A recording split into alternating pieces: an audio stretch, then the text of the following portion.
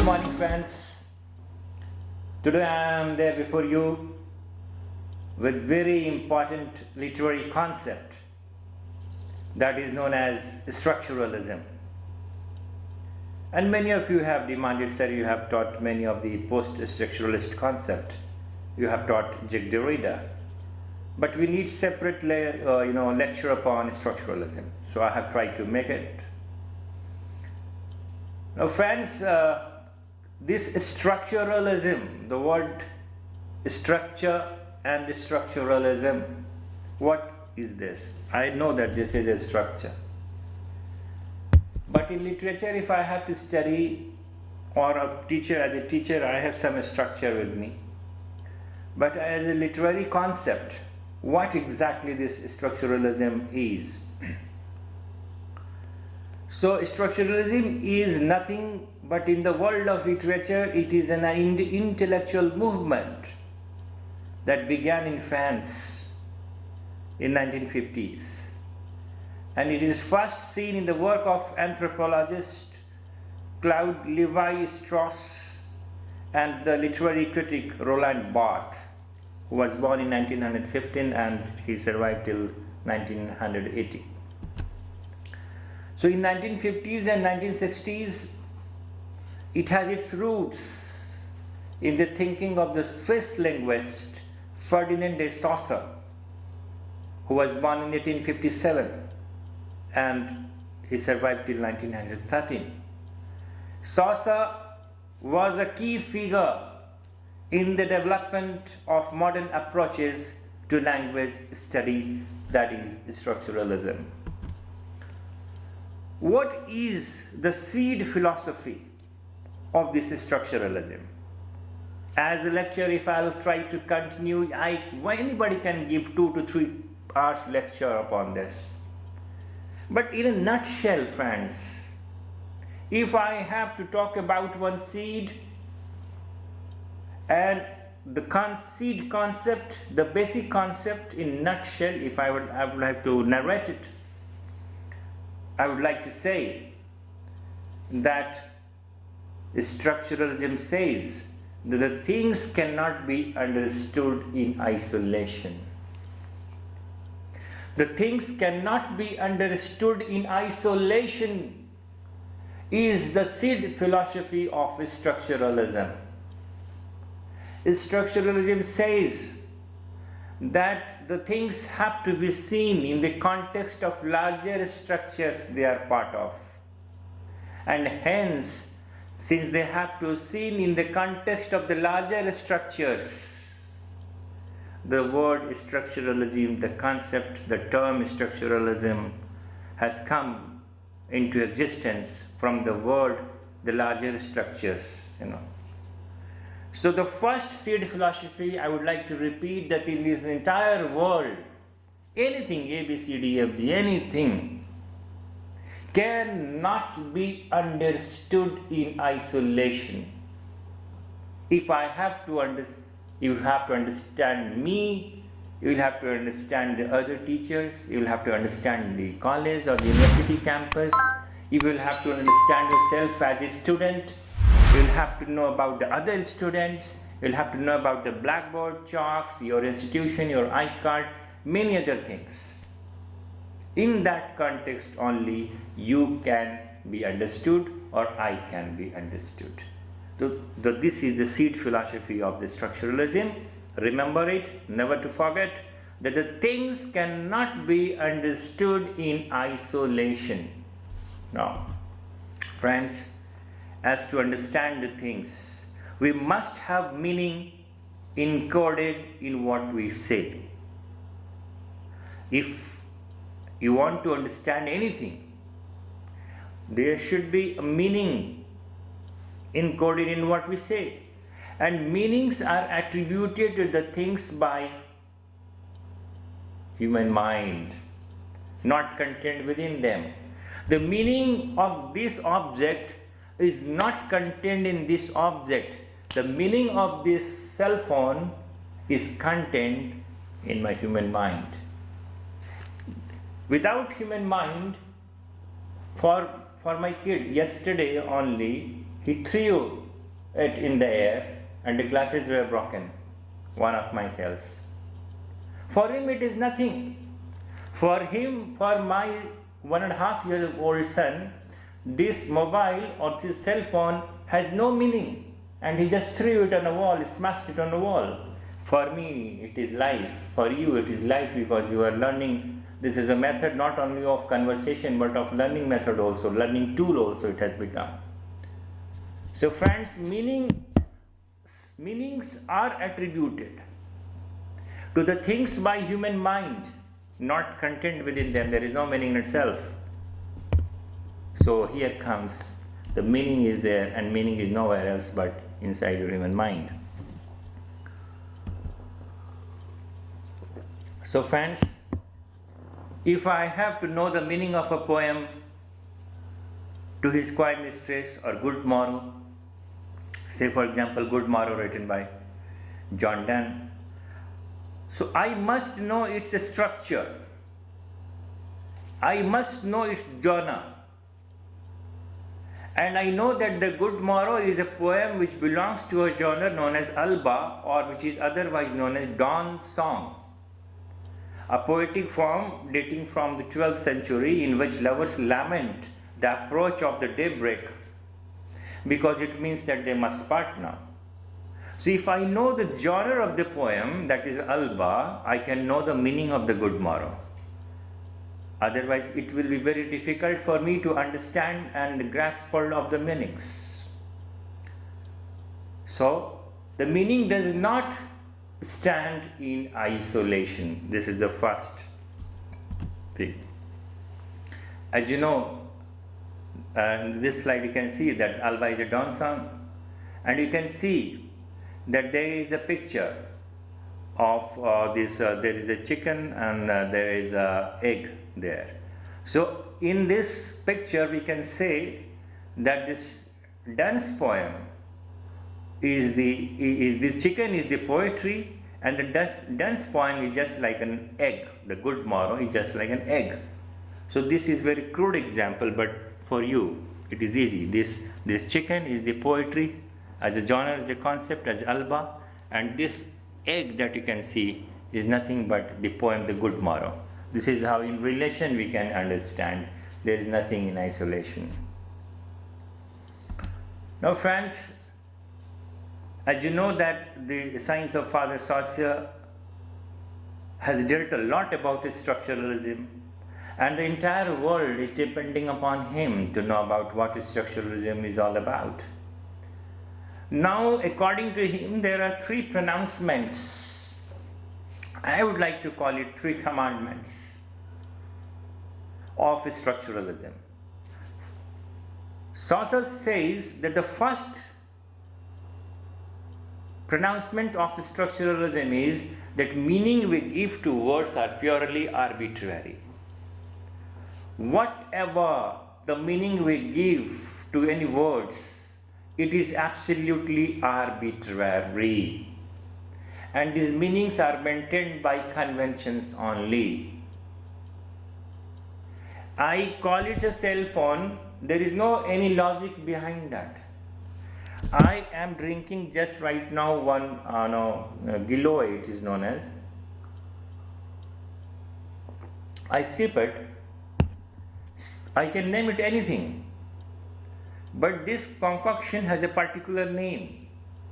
I have given it. It does not bother what the hell I call it, but it will function like the same way. So the meanings are maintained by the conventions only. Words are unmotivated signs. Words are not motivated signs. Words are unmotivated signs, meaning that there is no incoherent connection between a word and what it designates. There is no connection. There is no relation. A cup is a cup because I say it a cup. There is no relation of CUP with this particular structure that you see here right now. This cup is a cup. I can call it mug also, I can call it jug also. It depends up to the convention. So the words are absolutely arbitrary. Right. Now, I would like to quote Romeo and Juliet. There is one famous dialogue written by William Shakespeare when Juliet says, "What's in a name? That which we call a rose by any other name would smell as sweet." So, if a rose is a rose conventionally, words in itself is nothing but the unmotivated signs. Is it clear? I have quoted a dialogue also. गुलाब को किसी भी दूसरे नाम से बुलाओ, खुशबू तो वही रहेगी ना. So friends, so structuralists say that if a language as a sign system is based on arbitrariness of this kind, then it follows that language isn't a reflection of the world and of experience, but language is a system which stands quite separate from it. Why is it separate? Because language itself is an arbitrary. There is no relation of words to our experiences, it is coming with the conventions. So this arbitrariness of this kind, and it follows that language isn't a reflection of the world and of experience, but language as a system which stands quite separate from it. Because there is arbitrariness in that. Secondly, what is the second concept that Chaucer gave, or the pronouncements? The meaning of the words are relational. Now Chaucer propounded that the meaning of the words are relational. It is relational. No word can be defined in isolation from other words. The definition of any word depends upon its relation with the other adjoining words. If I have to define what is this, I'll have to put one larger size of bowl from here, and I'll have to say that since this is jug, this is cup. So in relation I have to define it. It has no meaning in itself. This structure has no meaning in itself. If I put something, a big jar before it, or something else added before it, then this definition will have a proper definition. So the word hurt depends for its precise meaning on its position in the syntagmatic chain.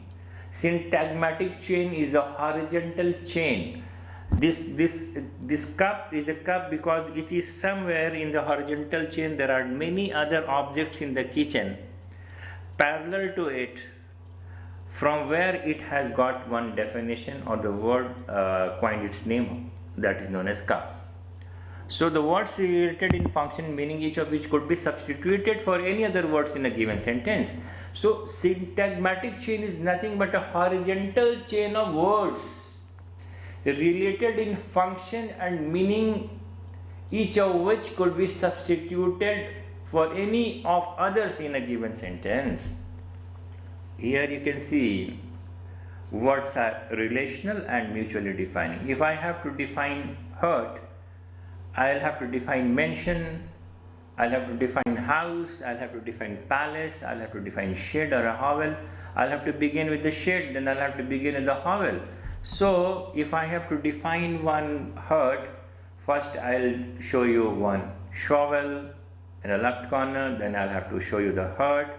Then in the middle you can see there is a hut, and a particular hut, there is a shed there, then there is a house, and there is a mansion, there is a palace. So all these words are relational. Without the reference of the other, we cannot define one. It is there in the syntagmatic chain. It is related horizontally, so that is where. So meaning of these words would be altered if any of the others were removed from the chain. So if I remove palace, I cannot define mention. If I cannot define mention, it will be difficult for me to define a house. If I remove house from the chain, it will be difficult for me to define a heart. If I remove a heart from the chain, then it will be difficult for me to define a shovel. And if I remove shovel, then it will be difficult for me to define shade. So in this way, everything is in chain. So if we have paired opposites, then this mutually defining aspects of the words is even more apparent. So example, you can say, if I have to define, male, I'll have to define female.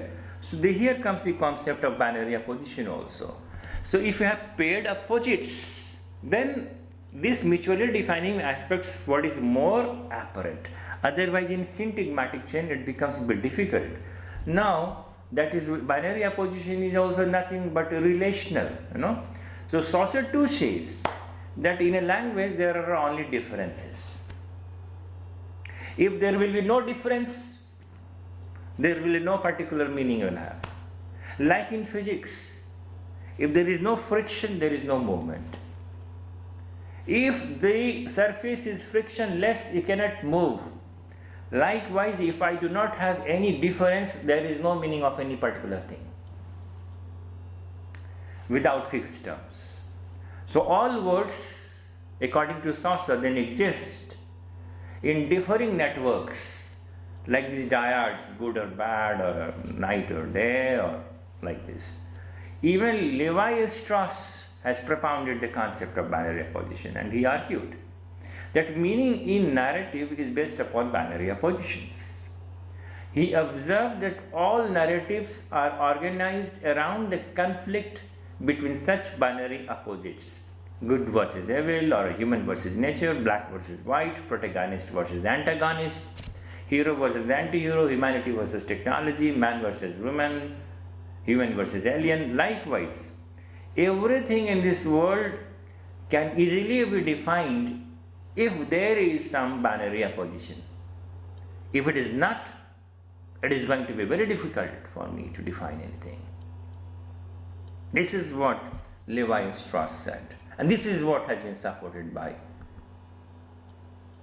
Ferdinand de Saussure also.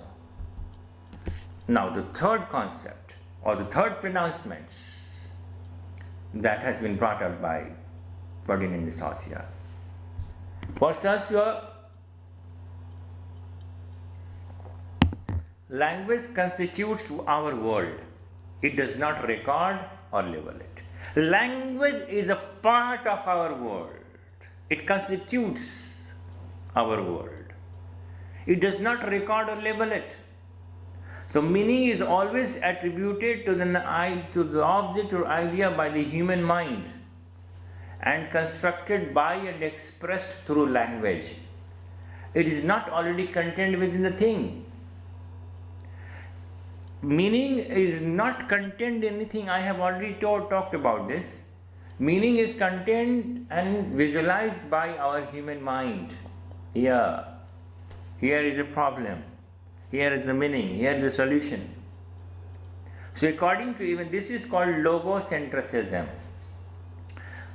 I would like to repeat, meaning is always attributed to the object or idea by the human mind and constructed and expressed through language. It is not already contained within the thing. Meaning is not contained in the thing. According to Aristotle, who was there in 384 BC and 322 BC, is that right? He said, spoken words are the symbols of mental experience, and written words are the symbols of spoken words. So ultimately, the mental experience is the ultimate thing, which is linking the spoken words and the written words. Now, friends, you can see this picture, how our mind is powerful. Now, suppose meaning is there how you perceive the things. It is there in the mind. You can see he is Bhagat Singh. For entire Indians, Bhagat Singh was a patriot or a freedom fighter. For the British, he was a terrorist. So meaning of anything is there in our mind. This is what is said, that meaning is always attributed to an object or idea by the human mind and constructed by and expressed through language. It is not already contained within the thing. If the meaning is always contained in the thing, Bhagat Singh should be freedom fighter for entire world. But for the British, who were the colonizers, for them Bhagat Singh was a terrorist. For us, he is a freedom fighter. So the meaning has been changed. And friends, it has been said that there are three versions of every story: your version, my version, and the truth. Your version, my version, and the truth. अभी सुशांत सिंह राजपूत में बहुत सारे versions, their version, his version, and एक truth, तीसरा. So, but structuralism says there is no truth about these matters which exist securely outside language. जो language से बाहर हो उसमें कोई ट्रुथ नहीं है. So everything is there, inside there. So this is where the structuralists are very much giving importance to language. The terms we give to the seasons of the year, for example, is it outside the language? No. We have 4 distinct names, but actually the year, throughout the year, runs continuously without any breaks or decisive changes. This season keeps changing, every day it's changing. So it is not in reality divided into 4. The seasons then are a way of seeing the year, not an object fact of nature. So how do we see our mind perceive a particular season is a season and it is somewhere not there in the calendar or not an objective fact of nature? So Saussure stressed the way language is arbitrary and there is no natural connection between the signifier and the signified. In next, I would like to tell you what is signifier and signified. So what Saussure stressed, that the way language is arbitrary means there is no natural connection between the signifier and the signified. Second, the language is relational and constitutive. So this model gave the structuralist a system which is self-contained, in which individual items relate to other items and thus create larger structures. Fourthly, before I move to that, I would like to say that what is signifier and signifieds. As you see here, structuralism forms this basis for the semiotics. You see the red light is there, the thing of the red light in a set of traffic lights, and you identify the signifier, that is a red light is a signifier. And what is signified? Signified that you cannot continue to drive your car any further.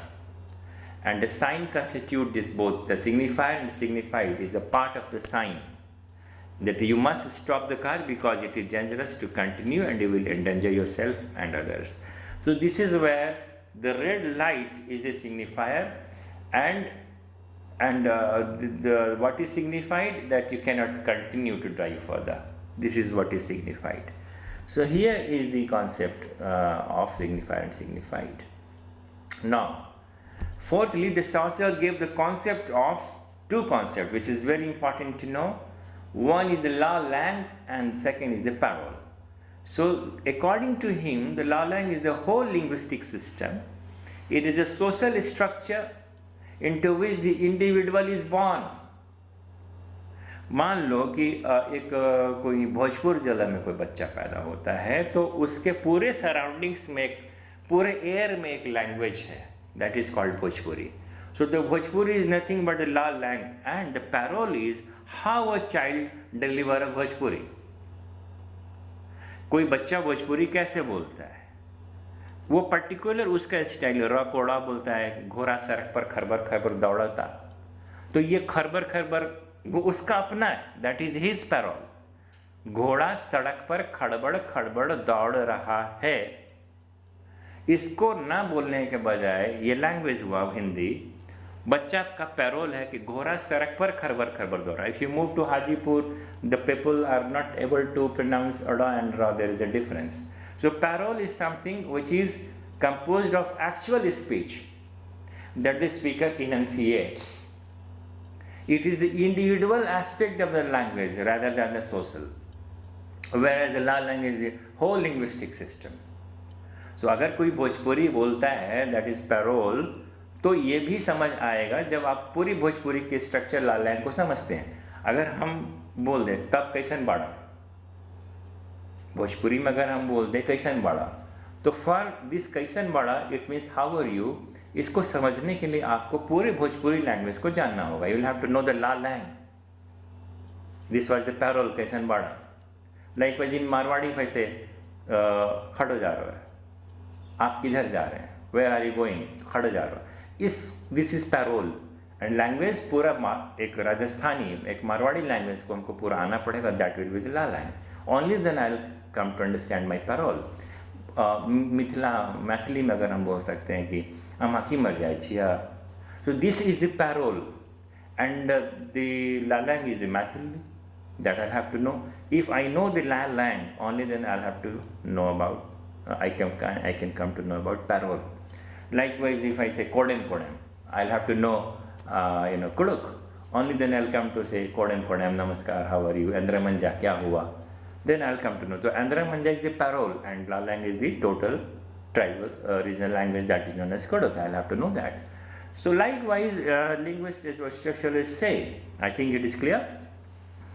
So structuralists say that if I write, suppose as a writer, if I write one novel or George Eliot wrote one novel, Middlemarch. So Middlemarch is the parole of the author and the Lalang is a novel as a genre. So their novel becomes the Lalang or the genre as the Lalang, and the parole is what? A particular creation by the author. I'll have to know the Middlemarch in the context of the Lang, otherwise there is no. That is why everything is relational. This is the basic concept of structuralism. Everything is relational and meaning is conventional, arbitrary. So I'll have to know the conventions of a particular language, only then I'll come to know. Otherwise there is no meaning in meaning itself, unless until society or the cultural conventions have given it a meaning, right? So according to Saussure, language is not a naming process by which the things get associated with a word or a name. The linguistic sign is made of the union of signifier, that is the sound image or psychological imprint of sound, and signified the concept. So that is how the signifier and signified I had talked about. Now central to semiotics is the idea of codes, which gives science context, cultural codes, literary codes, etc. So the study of semiotics and the codes opens up literary study to cultural study and expands the resources of the critic in discussing the meaning of the texts. If I start to study any particular novel, I'll have to know the literary codes. Through literary codes, I can come to know about the cultural codes. And then we can expand the resources of critic in discussing the meaning of the text. Then we will come to know what is the meaning of the text. So that is why Janat says that structuralism is the study of the cultural construction or identification of meaning according to the relations of signs that constitute the meaning spectrum of the culture. So structuralism is nothing but a study of cultural construction or identification of meaning according to the relations of signs that constitute the meaning spectrum of the culture. In every culture there is a different kind of set patterns.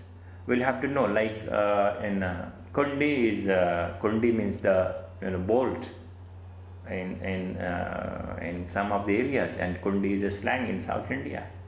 So I'll have to know the cultural constructs of particular language. Now some signs carry with them larger cultural meanings, usually very general. These are called by Roland Barthe myths. And according to Roland Barthe, myths are nothing but the second order signifiers. So anything can be a myth. For example, two-story pillars supporting the portico of a house are a mythic signifier of a wealth and elegance. It can be. Or the Gothic structure can be a mythic signifier for our wealth and pomp. It may be. So this is how. Now, structuralism, friends, is a criticism that does not look out for or concern for itself with any historical, political, social context of the text. It is purely a form based on reading of the text, meant to appreciate the piece of literature as being timeless, meaning does not change. Structuralists, for them, it is timeless. Structuralists don't believe in knowing about the author or the socio-political context of the text. As for them, the text in itself is enough. For a structuralist, text in itself is enough. I do not have to know the history of the writer. I do not have to dig about its past. If any text which has come into my hand, I have the relation, I have the context, and I can know the meaning. I don't have to go into the historical evidences. So this is how this total structuralism, the basic concept, is there. So friends, now after knowing all this, these basic questions I would like to delve before I leave. What exactly these structuralist critics do? Number one, it looks for underlying elements in culture and literature that can be connected so that critics can develop genuine conclusions about the individual works and the systems from which they emerge. So if the text has come into me, and text is ultimate, text is the final thing, I start to see the underlying elements in it and its culture and literature. So how is it connected with the other individual works and the system in which it has been brought up? So we try to see it in that way.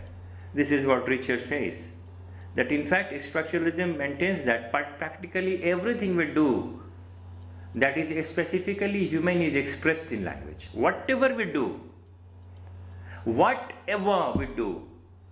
can always be expressed in language. So structuralists believe that the language symbols extend far beyond written or oral communication. For example, codes that represents all sorts of things permeate everything we do. For example, the performance of music requires complex notation. There is notation. Or our economic life rests upon the exchange of labor and goods for symbols such as cash, checks, stock, certificates. So everywhere there is a code. So social life depends on the meaningful gestures and signals of body language. How do we exchange our hands? How do we meet? These are all body language codes. So this is all part of language. This body language is also a part of language. So it revolves around the exchange of a small symbolic favors like drinks, parties, dinners, whatever we arrange. These are all part of language. There is nothing outside of it. I would like to remind you, structuralist says that there is nothing outside language. And language is a part of our life. It does not say something. It is a part of our life. So, second, what structuralist critics do? Second, structuralists assert that since language exists in patterns, certain underlying elements are common to all human experiences. Be it a citizen of Tropic of Cancer or Tropic of Capricorn, there will be a basic common human experiences. So structuralists believe we can observe these experiences through patterns. So if we examine the physical structure of all buildings or temples built in South India in 1950s, you can see that all the architecture of temples are similar.